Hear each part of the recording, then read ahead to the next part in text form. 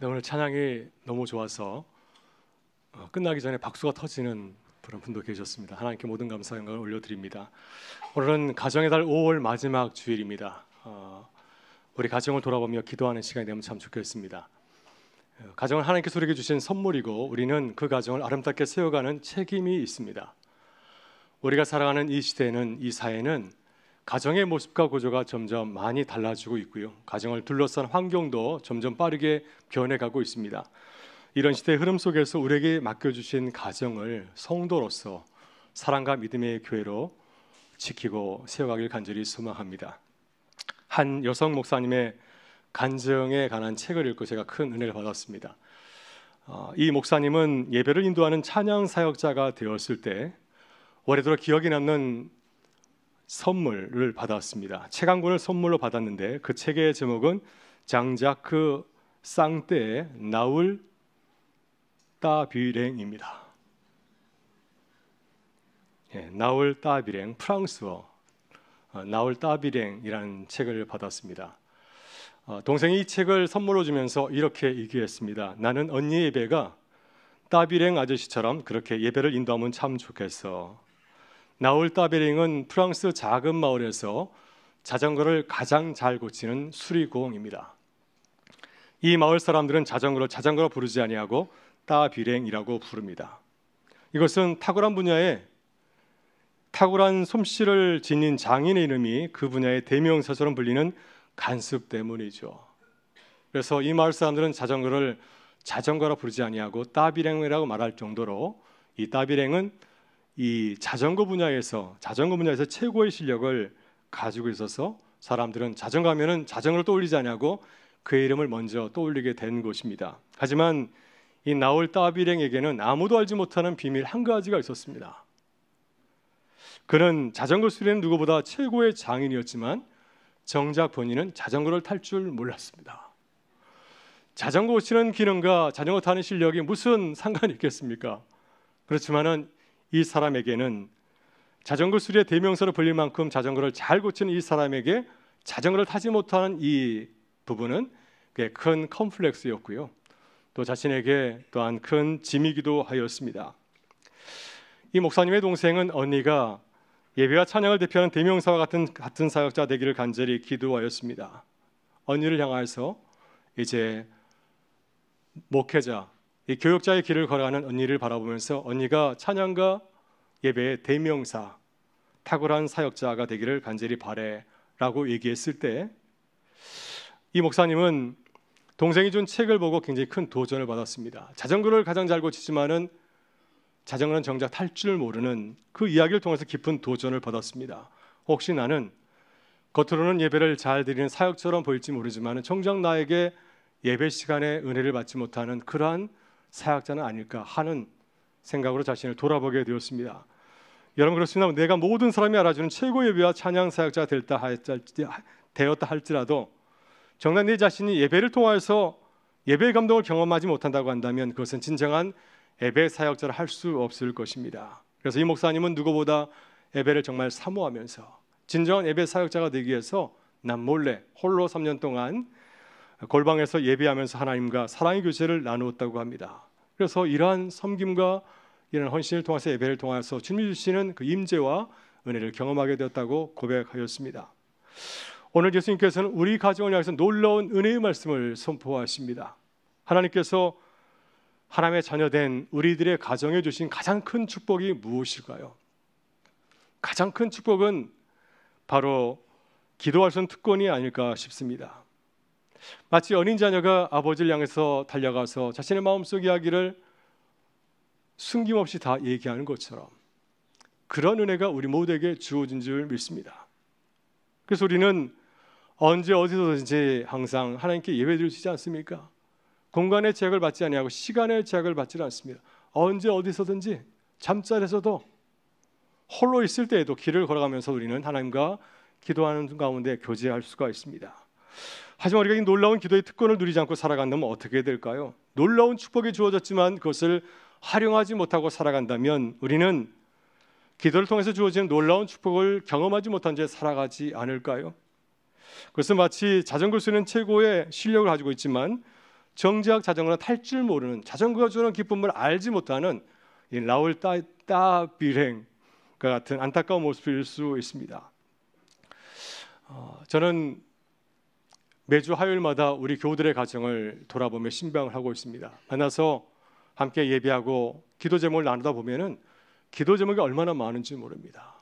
목사님, 저는 기도 제목이 없습니다. 이런 가정이 있을까요? 없습니다. 어느 가정이나 기도 제목이 있습니다. 제가 보면서 느끼게 됩니다. 하나님께서 모든 가정에 기도를 주셨구나. 기도 없이 우리 가정을 바르게 세울 수 없구나 사실을 깨닫게 됩니다.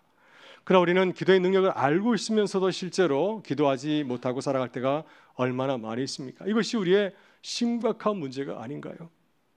여러분, 저는 우리 모두가 각자의 가정에서 최고의 부모, 최고의 자녀가 되길 간절히 소망합니다. 누가 운강교회 믿음의 가정이 어느 가정인가 물어나간다면 저분의 가정이죠 라고 말할 정도로 우리 모두가 최고의 부모, 최고의 자녀, 최고 믿음의 자녀라고 말할 정도로 그런 믿음의 사람들이 되길 간절히 소망합니다. 그럼 무엇보다 중요한 것은 기도의 능력을 알고 그것을 날마다 체험하며 살아가는 가정이 되는 것이죠. 삶의 어려운 문제를 만났을 때 두려워 떠는 것이 아니라 그 문제를 가지고서 나가서 기도할 수 있는 가정이 되는 것, 이것이 중요한 것이 아니겠습니까? 그래서 기도 속에서 하나님의 은혜를 경험하며 문제를 믿음으로 이겨내는 가정을 세워가는 주인공들 되실 수 있기를 주의 이름으로 축원합니다. 여러분, 그렇다면 어떻게 해야 기도의 능력을 알고 누리는 가정을 세울 수 있을까요? 하루는 예수님께서 이제 기도하셨을 때 기도하시는 모습을 보면서 제자들이 예수님께 기도 좀 가르쳐달라고 물었습니다. 여러분, 예수님의 삶은 기도로 늘 함께 하셨습니다. 새벽 미명이면 어김없이 일어나서 한적한 곳에 가서 기도하셨는데 그것이 예수님의 일상의 처음 시작이었습니다. 또 예수님께서는 모든 사역 가운데서 늘 기도하심을 볼 수 있는데 유명한 오병이어 기적을 베푸실 때도 물고기 2마리 버릇 5개를 손에 들고 먼저 기도하신 후에 놀라운 기적을 베푸시지 않았습니까? 그래서 예수님은 기도의 대명사이셨습니다. 예수님은 기도에 대해 요청받았을 때 우리의 기도를 들으시 응답하시는 하나님에 대한 깊은 신뢰와 믿음을 강조하였습니다. 사실 기도는 관계 속에서 일어나지 않습니까? 하나님과 우리 사이에 그 끈끈한 친밀한 관계 속에서 이루어지는 인격적인 대화라 할 수가 있습니다.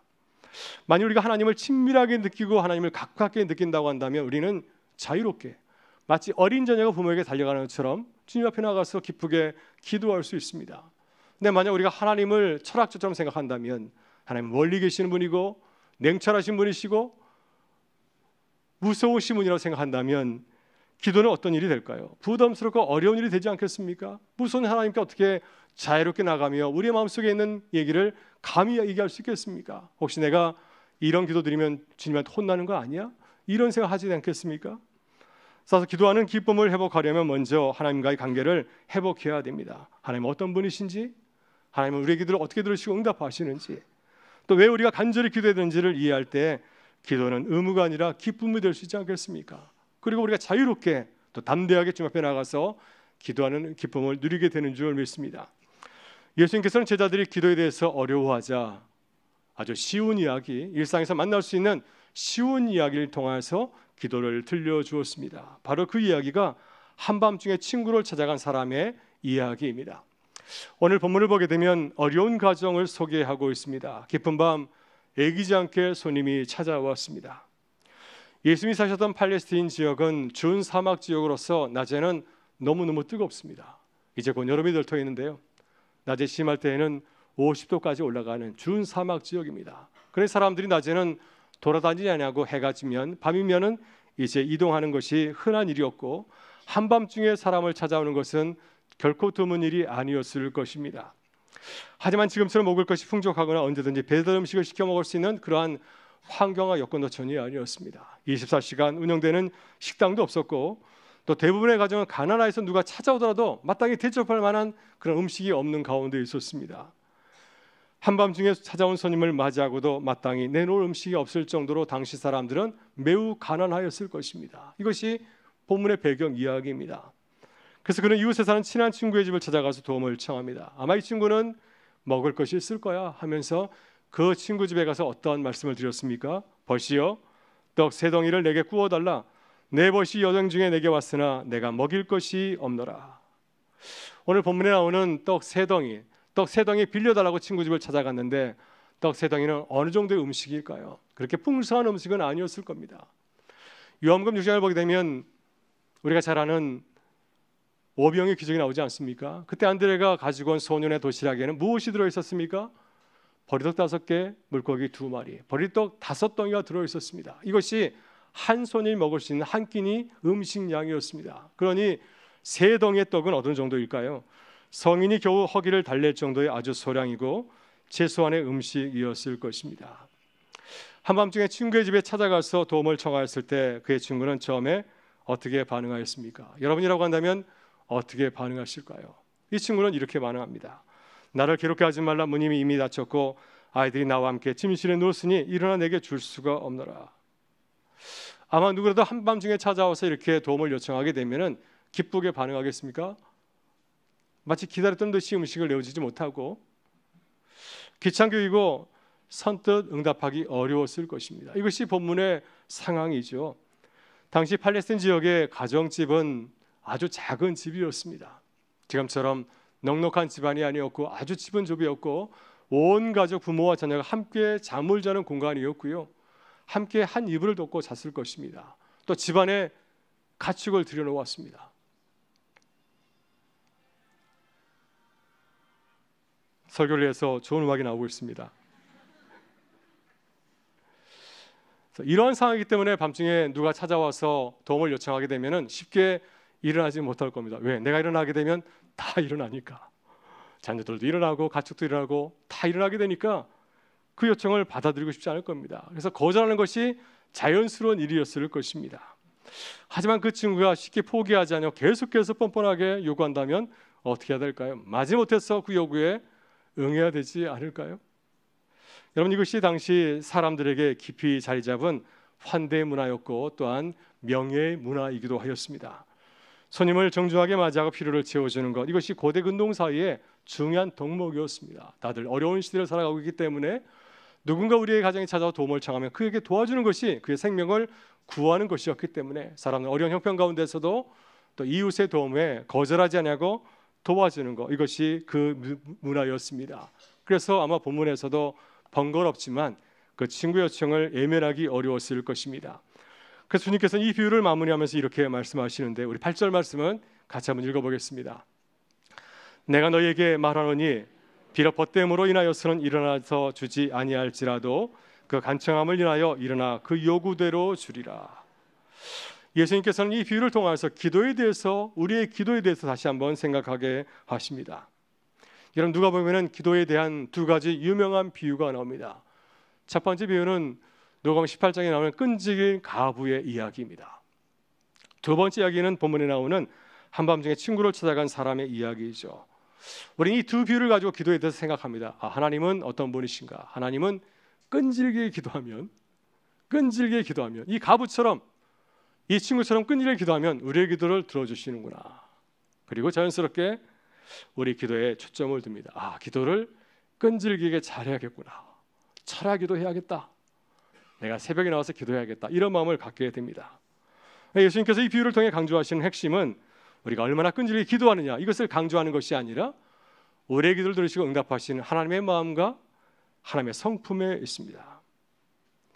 만일 우리가 간절히 기도해야만 우리의 기도를 들으신다고 생각한다면 우리 하나님을 오해할 수 있습니다. 그분은 인색하신 분이구나, 아주 차가운 분이시구나, 끈질기게 기도해야만 우리의 기도를 들으시는 그런 분으로 생각하지 않겠습니까? 만약 우리가 그렇게 생각한다면 우리의 기도를 기쁨의 교제로 생각하지 못하고 그것을 율법적인 의무로 생각하지 않겠습니까? 내가 일정 기간, 일정 시간 기도해야 주님께서 내 기도를 들어주시니 이것을 기쁨이 아니라 율법적인 짐으로 받아들이지 않겠습니까? 그러나 예수님께서 우리에게 보여주신 하나님은 전혀 그런 분이 아니십니다. 하나님은 불의한 재판관처럼 끈질기게 기도해야 들어주시는 분이 아니라 그와는 비교할 수 없을 정도로 아주 선하시고 참으로 자비로우신 분이십니다.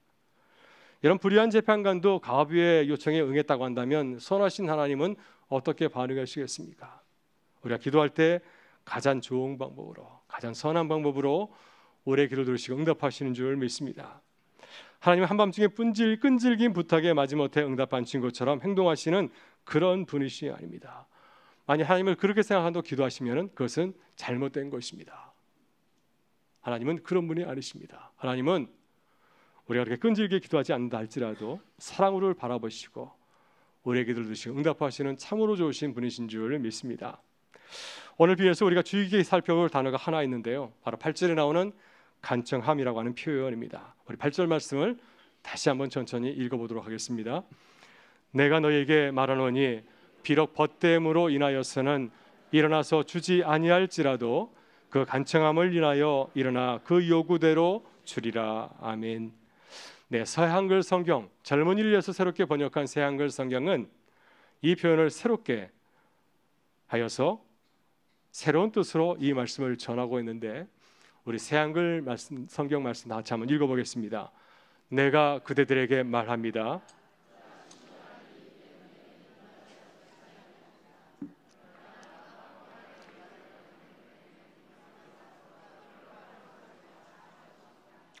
아멘. 네, 개역개정 성경은 그 간청함을 인하여 일어나 그 요구대로 주리라 이렇게 번역하였는데, 새한글 성경은 이렇게 말합니다. 그가 뻔뻔하게 졸라대는 것 때문에는 일어나서 그가 필요한로 하는 것을 다 줄 겁니다. 여기서 사용된 간청함이라는 헬라어 단어는 아나이데이아라고 하는데 크게 두 가지 다른 뜻이 담겨 있습니다. 첫 번째 의미는 간절함, 끈질김, 집요함으로 번역할 수 있습니다. 끈질김과 집요함으로 번역할 수 있고, 또 한 가지 의미는 체면을 차리지 않은 뻔뻔함으로 번역할 수가 있습니다. 그 다음 8절 말씀은 어떻게 번역하는 것이 가장 좋은 번역이겠습니까? 개역개정 성경은 이 단어를 첫 번째 의미인 집요함으로 번역하였습니다. 밤중에 찾아온 사람이 끈질기게 집요하게 요청하게 됐을 때 그러면 그 요청을 들어주지 않겠느냐 하는 뜻으로 집요함으로, 이 친구의 모습은 집요한 모습을 가지고 있었다 해서 집요함으로 번역을 해야 했습니다. 하지만 8절에서 한밤중에 친구의 집을 찾아간 사람, 그 사람은 어떤 사람인가요? 잠든 친구를 다 깨울 정도로 아주 뻔뻔한 사람이었습니다. 그래서 이 비유는 그 사람의 뻔뻔함을 강조하고 있습니다. 그 한밤중에 찾아가서 친구의 집안을 다 깨우고, 당신의 집이 조밀하게 붙어 있었기 때문에 그 집만 깨운 것이 아니라 이웃집 옆집까지 다 깨우게 되었습니다. 그래서 모든 사람이 이 사실을 알게 됩니다. 누가 누구의 집에 음식을 구하러 찾아갔다니 하는 것이 다 퍼지게 되어서 그 뻔뻔한 일 때문에, 그가 큰 소란을 일으켰기 때문에 이제 그 친구는 어쩔 수 없이 그 사람을 도와주게 되었다는 사실을, 상황을 묘사하고 있습니다. 여러분, 예수님 당시에 이 고대 근동지역은 환대의 문화, 또 명예 문화를 굉장히 존중하였습니다. 이런 문화를 배경으로 주님께서는 이 비유를 말씀하고 있는데요, 그 지역 사람은 무엇보다도 명예를 굉장히 중요하게 생각하였습니다. 친구가 어려움에 처했을 때 돌보고 돕는 것을 생명처럼 여겼습니다. 만약 이런 의무를 이행하지 못하면, 어기게 되면 그 사람은 큰 수치를 당하게 되었습니다. 마을에 소문이 날 겁니다. 아, 저 사람은 한밤중에 누가 찾아가서 음식을 달라고 했는데 끝까지 도와주지 않았다네, 아주 고약한 사람, 이런 소문이 나지 않겠습니까? 그 소문이 두려워서 사람들은 어쩔 수 없이 그래 내가 참지, 도와주자, 이렇게 넘어갈 수 있다고 하는 겁니다. 그래서 예수님께서 이런 말씀을 하셨습니다. 사람이 친구를 위하여 자기의 목숨을 버리면 이보다 더 큰 사랑이 없나니.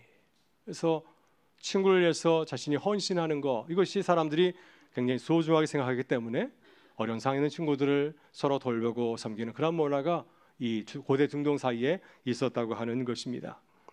그래서 우리는 우리의 기도를 들으신 하나님을 새롭게 바라봐야 됩니다. 하나님은 어떤 분이신가요? 하나님은 명예를 가장 소중히 여기시는 분이십니다. 하나님은 우리를 자신의 백성으로 삼겠다고 약속하지 않으셨습니까?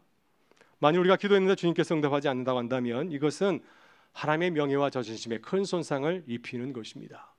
왜냐하면 하나님은 자기 백성을 돌보지 않는다는 이러한 사실이 주위에 퍼질 수 있기 때문이죠. 그래서 이것은 하나님께서 자신의 명예에 어울리지 않는 그런 모습입니다. 그래서 우리는 하나님 앞에 담대히 나가 기도해야 됩니다. 여러분, 창세기 32장을 보게 되면 이스라엘 백성이 모세가 호렙산에 십계명을 가지러 올라갔을 때 금붙이를 모아서 금송아지를 만들고 그 앞에서 절하지 않았습니까? 하나님이 그것을 보시고 분노하셔서 내가 이 백성을 멸하고 모세를 통해서 큰 민족을 이루시겠다고 모세에게 말씀하였습니다. 그때 모세가 좋아서 그렇게 하라고 한 것이 아니라, 그때 그는 하나님의 영예와 자존심을 일깨우는 기도를 드리지 않습니까? 하나님, 그렇게 하지 마십시오. 만약 하나님께서 그렇게 하시면 애굽 사람들이 하나님을 비웃을 겁니다. 저 하나님은 자기 백성을 산으로 벌써 다 죽이는구나. 그러니 하나님, 제발 분노를 가라앉히시고 이 백성을 긍휼히 여기시길 바랍니다. 그래서 하나님께서 모세의 기도를 들으셨다고 하는 아닙니까? 여러분, 하나님은 자신의 명예와 자존심을 매우 귀하게 여기시는 분이십니다. 그래서 우리가 주님을 높이고 주님의 뜻을 위해 기도하게 될 때 하나님께서는 반드시 우리의 기도를 들으시고 응답하시는 줄 믿습니다. 사람이 한밤중에 찾아와 귀찮게 부탁하는 친구 요청도 들어주는데 하물며 우리를 위해서 십자가에서 죽기까지 하나님께서 우리의 기도를 들으시고 응답하지 않으시겠습니까? 이 사실을 믿는다고 한다면, 그 좋으신 하나님을 믿는다고 한다면 오늘부터라도 주님께서 우리에게 주신 이 특권인 기도를 시험해 보실 수 있기를 바랍니다. 이런 바벨론 포로 시절에 기록된 예언서를 보게 되면 하나님께서 그렇게 하셨습니다. 이스라엘 백성들이 바벨론 포로 시절에 하나님께 열심히 기도했을 겁니다. 하나님께서 그들의 기도를 들으시고 응답하셔서 그들의 해방의 품을 주셨을까요? 물론 그러셨을 것입니다. 그런데 이 바벨론 포로 시기에 쓰여졌던 예언서를 보게 되면 이런 말씀이 들어 있습니다. 에스겔 36장을 보게 되면 하나님 이렇게 말씀하십니다. 이스라엘 족속이 들어간 그 여러 나라에서 더럽힌 내 거룩한 이름을 내가 아껴온노라. 또 23절에 이런 말씀이 있습니다. 여러 나라 가운데서 더럽혀진 이름 곧 너희가 그들 가운데서 더럽힌 나의 큰 이름을 내가 거룩하게 하리라. 내가 이방 민족 가운데서 내 거룩한 이름을 끝까지 지켜내겠다. 내가 너희를 통해서 나의 더럽혀진 명예와 나의 자존심을 다시 일으켜 세우리라 하는 말씀을 들려주고 있습니다. 하나님께서 이스라엘 백성을 포로 생활에서 돌아오게 하신 이유는 그들이 불쌍해서가 아니고 또 그들이 열심히 기도해서가 아닙니다. 가장 중요한 동기는 무엇일까요? 하나님의 명예를 지키기 위해서였습니다. 당신의 사랑하는 백성들이 이방 민족 가운데서 이방 땅에서 종으로 살아가는 그 모습은 하나님의 명예를 훼손하는 일이고 하나님에게는 큰 수치스러운 일이었기 때문에 하나님께서는 자신의 명예를 지키기 위해서 이스라엘 백성의 기도를 들으시고 응답하신 것이었습니다. 여러분, 주님은 하나님의 명예를 걸고 기도를 시험하라고 말씀하십니다. 여러분, 기도는 우리의 문제라고 생각하지만 우리의 문제이기도 하지만 또한 하나님의 자존심이 걸린 문제이기도 합니다. 부모가 자녀에게 필요한 것을 다 주겠다고 말씀하였는데 부모가 이 약속을 지키지 못하다고 한다면 그것은 부모의 자존심을 손상시키는 일이 아니겠습니까? 저 부모는 자녀에게 약속하면서 지키지 않네 하면서 사람들이 비웃지 않겠습니까? 우리의 기도도 마찬가지입니다. 자녀가 기도하는 것은 하나님의 자존심이 걸린 문제이기 때문에 하나님께서는 분명히 그것을 이루신다고 약속하십니다. 하나님의 명예를 걸고 너희가 기도하면 내가 들어주리라 말씀하십니다. 우리 9절과 10절의 말씀을 같이 한번 읽어보겠습니다. 내가 또 너희에게 이르노니 구하라 그러면 저희에게 주실 것이요 찾으라 그러면 찾아낼 것이요 문을 두드리라 그러면 열릴 것이니 구하는 이마다 받을 것이요 찾는 이는 찾아낼 것이요 두드리는 이에게는 열릴 것이니라. 아멘. 이 말씀을 보게 되면 동사가 세 가지가 나오지 않습니까? 찾으라, 구하라, 두드리라. 이 세 가지 동사는 다 같은 뜻입니다. 어떤 내용인가요? 기도하라는 뜻입니다. 하나님께 예수님께서는 똑같은 말씀을 3번 반복하십니다. 그것은 기도를 강조하시는 거죠. 또 똑같은 말씀을 3번이나 강조하는 것은 뭡니까? 내가 기도하면 내가 반드시 들어주겠다. 그래서 우리의 삶 속에서 어려운 문제를 만날 때 기도할 것을 당부하십니다. 여러분, 우리가 왜 이토록 계속해서 기도해야 될까요? 그 이유가 무엇이겠습니까? 우리가 끊임없이 기도해야 되는 이유는 어려운 문제를 만날 때마다 아니면 모든 순간마다 하나님께 기도해야 되는 이유는 무엇인가요? 하나님은 선하신 분이기 때문이죠. 하나님은 기도하는 사람들에게 가장 좋은 것을 주실 것이라는 말씀을 하셨고 우리가 그 사실을 믿고 확신하기 때문에 의심하지 아니하고 수시로 무시로 주님 앞에 나가서 기도하는 것입니다. 예수님께서는 하나님을 육신의 아버지와 비유하고 있습니다. 우리의 아버지는 어떤 분이신가요? 우리 아버지는, 우리들의 육신의 아버지는 우리에게 약속하시고 그 약속을 다 이루어주시는 그런 분이 아니신가요? 자녀에게 가장 좋은 것을 주려고 애쓰지 않습니까? 예수님께서 당시 아버지의 모습을 이렇게 보여주고 있습니다. 11절과 12절의 말씀입니다. 너희 중에 아버지 된 자로서 누가 아들이 생선을 달라 하는데 생선 대신에 뱀을 주며 알을 달라 하는데 정갈을 주겠느냐. 본문에서 말하고 있는 생선과 달걀은 그 생김새가 물뱀과 또한 정갈과 많이 닮았습니다.